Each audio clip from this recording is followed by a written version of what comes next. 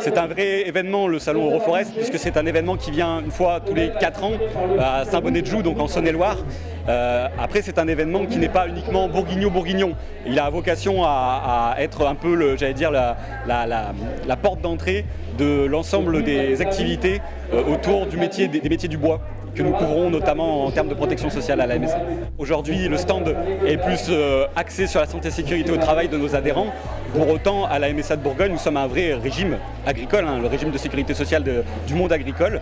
Et à ce titre-là, nous couvrons l'ensemble des risques sociaux de la vie, que ce soit les risques maladie, santé, invalidité, retraite et également les prestations familiales. L'idée aujourd'hui, c'est vraiment de présenter l'action quotidienne du terrain, notamment de nos métiers de la santé et sécurité au travail, qui sont différents. On a des médecins du travail, évidemment, c'est ce à quoi on pense immédiatement, des infirmières en santé au travail, mais également, et ça on le sait peut-être moins, des conseillers en prévention qui au quotidien œuvrent pour limiter les risques professionnels et encourager les bonnes pratiques. Alors ce stand il a été monté, j'allais dire, par l'équipe santé et sécurité au travail de la MSA de Bourgogne, comme je l'ai dit. Pour autant, on l'a fait en partenariat.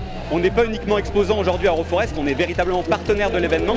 Et à ce titre-là, on a eu l'idée, les conseils prévention de la MSA de Bourgogne ont eu l'idée d'inviter, de convier des préventeurs, notamment allemands, sur les domaines justement de risques professionnels du bois aujourd'hui sur ce stand. On va avoir aussi une conférence, aujourd'hui donc on est jeudi, on va avoir une conférence tout à l'heure, notamment sur le risque autour des chenilles processionnaires qui sera présentée par nos équipes de la MSA de Bourgogne.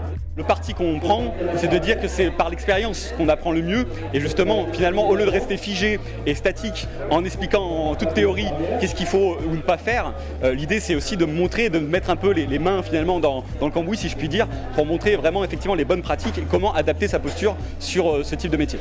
Un autre élément aussi qui va être un petit peu le divertissement sur notre stand pour aussi, j'ai envie de dire aussi attirer un petit peu autour de cet événement, c'est le quiz box. En fait, c'est finalement un certain nombre de questions qu'on va poser sur les domaines justement de prévention de risques professionnels et sur finalement notre action à la MSA.